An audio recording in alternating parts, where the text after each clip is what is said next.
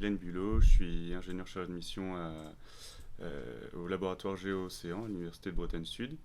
Une de mes principales missions, c'est d'intervenir au sein de l'OCLM, l'Observatoire citoyen du littoral morbihanais. Donc c'est un observatoire qui est dédié à l'observation du trait de côte, donc à l'évolution du littoral, à l'évolution physique.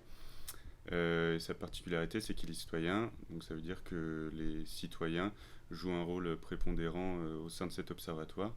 Et donc c'est eux qui vont réaliser les données. Donc l'OCLM repose sur trois partenaires, donc le département du Morbihan, l'association RIEM, donc le réseau initiative des éco-explorateurs de la mer, qui est une association spécialisée dans les sciences participatives autour du littoral et de l'océan.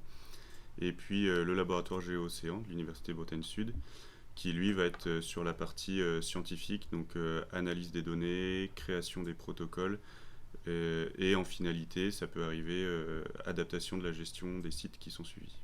Une fois qu'on a un gestionnaire qui est venu vers nous ou un élu avec un besoin spécifique ou alors quelques interrogations, nous on va essayer d'y répondre au travers d'un protocole qui va être réalisable par monsieur, madame, tout le monde.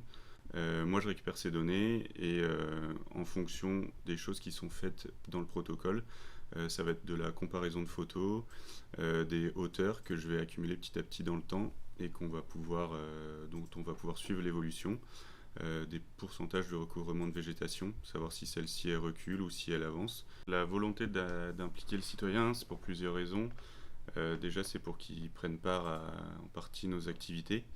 Donc ça permet d'expliquer mieux ce qu'on fait, de pouvoir être plus direct et donc d'avoir le retour direct des citoyens sur ce qu'ils ne comprennent pas et nous de mieux expliquer.